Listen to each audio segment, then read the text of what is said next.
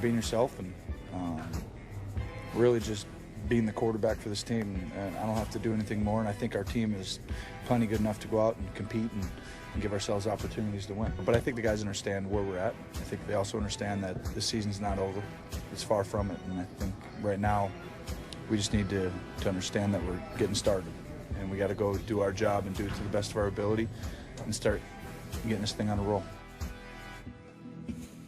Don't call it a comeback. He's been here for years. If you're working for the weekend, you made it. Happy Friday. Appreciate you being with us here on First Take. To my left, Skip Bayless. Stephen A. joins us from Philly. Gentlemen, good morning. What's up, LL Kurum? How are you doing? What's going on, Skip? I'm good. What's going on, man? I cannot compete today with that outfit. It's over. No moss. I give up. You got me today. I'm just going along for the ride here. I'll just be your punching bag the rest of the day. I like it. You like the fact that I rock no tie today? Yep. I thought I'd do it. I thought I'd do it as a tribute to Skip Bayless. Yeah. All right. I just tried to do it. I just tried to do a little something. You can take that look anywhere on a Friday, Stephen A. And speaking of which, we have a fun show planned for you as we head into another big fight weekend. This time, it's Canelo versus Cotto, Puerto Rico versus Mexico. Woo. The guys will make their picks later. Looking forward to that. But first, Tony Romo will make his return from a broken collarbone Sunday against the Dolphins. The Cowboys lost all 7 games while Romo was out. And according to Elias, no team has ever made the postseason after being 2-7 or worse through 9 games. Skip. Yes. Will Romo sink or swim in Miami? Stephen A. Smith, he will swim in Miami. He will swim back to shore. He will save this team from going under after 7 straight losses without Tony Romo. But I will say, before I give you all the whys of my argument, that if I am wrong, I will sit right here on Monday and I will say, I was dead wrong about the 2015 Dallas Cowboys. They are over, dead, and gone. That's what I will say on Monday if they lose. But they are not going to lose. Their season starts now. I love, and we just saw some clips of Tony Romo, love how bold he was all week this week. Love how he embraced the pressure of saving this season when a lot of franchise quarterbacks would say, now, wait a second, don't put it all on my shoulders after you guys lost 7 in a row. I love it how he tweeted out the clip from the movie Major League in which he sent the message to his teammates, there's only one thing left to do, win the whole thing.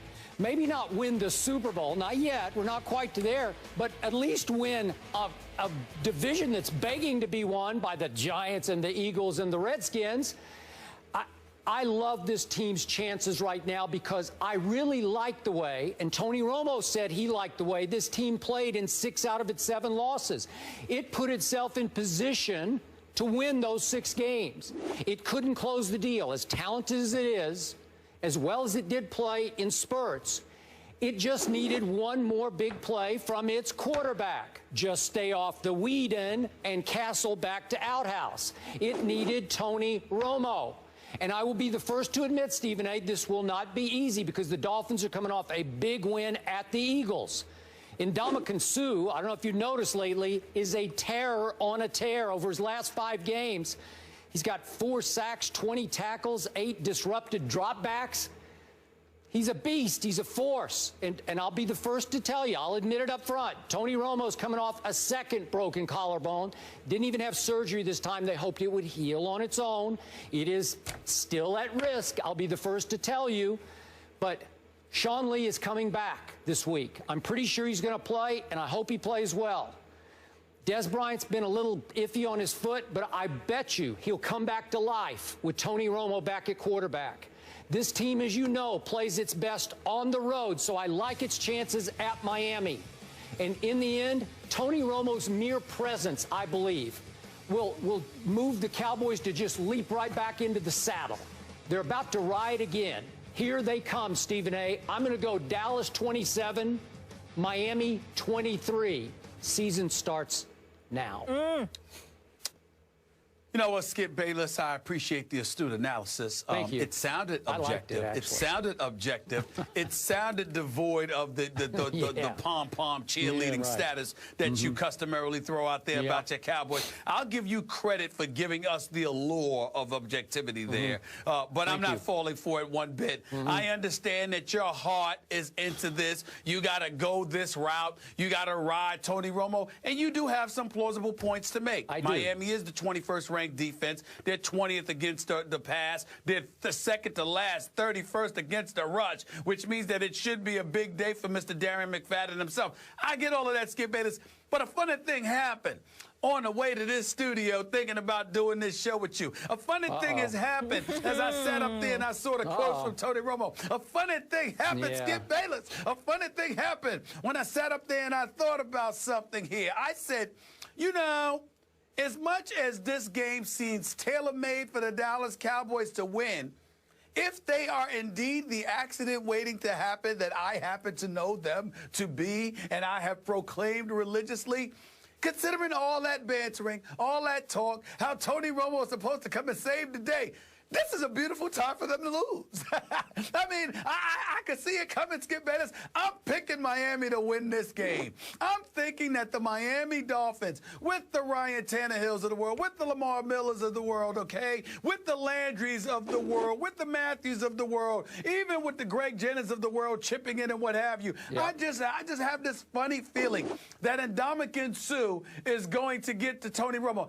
Will he knock him out of the game or something? No. But will he rattle him a little bit to the point where he's just not himself, hasn't fully recovered? Will he give us indications and reasons to believe that Tony Romo just may have come back a bit too prematurely, even though he's supposed to be right on schedule because this is right around the time he was predicted to come back anyway? I think all of those things are possible. So from a football perspective, in terms of your astuteness in breaking it down, you're absolutely right. Considering Miami's paltry run defense, combined with the fact they're not that great against the pass and they're not that great defensively overall, okay, I look at it from that perspective, and their inability to really make but so much noise offensively from time to time this year, inconsistent to say the least, I would sit there and say the Dallas Cowboys have every reason to believe they should win this game. But I watched the Miami Dolphins last week against the Philadelphia Eagles. I watched them be down 16-0. I watched them hold the Philadelphia Eagles to 3 points over the last 3 quarters. I watched them neutralize an Eagles offense that, whether it's Sam Bradford or Mark Sanchez, with a Jordan Matthews, with an Ertz or a Selleck, with an Aguilar, with a Huff, with a Riley Cooper, with the DeMarco Murrays of the world, Philadelphia Eagles offense was still neutralized. Why can't the same thing happen in South Beach for the Dallas Cowboys? I'm just of the mindset, Skip, I'm going to go with my heart today, just like you go with yours, even though you're trying to deny it in this particular situation. I'm going to pick the Miami Dolphins to win this game, Skip Bayless, 26-19. To 19, odd score. Yes. But I do love odd score. Here's what I love about your pick. What I feared the most when I woke up this morning is that you would try to trump my pick, to jinx my pick, by picking my pick. I thought about it. I did. I know you did. I thought about it. And so now I'm good because really if you had did. picked Dallas, I'd be dead. I'd say, that's it, I'm done. That's the way you could have jinxed me. You had your chance. You cannot take it back. You are on record that now Miami will beat Dallas, and I will love watching you eat those words on Monday at this hour on this show. Thank you.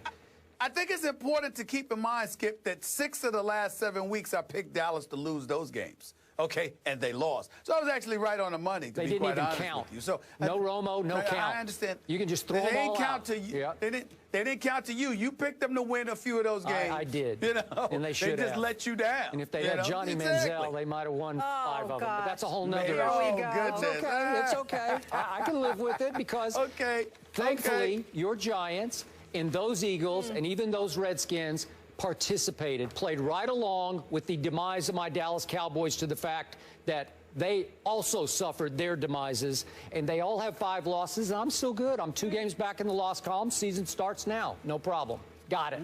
Okay. Cool as a cucumber. Okay. Yep. The Cowboys have won their last 6 games that Romo did start, including weeks 1 and 2. But Skip, Fins up, baby.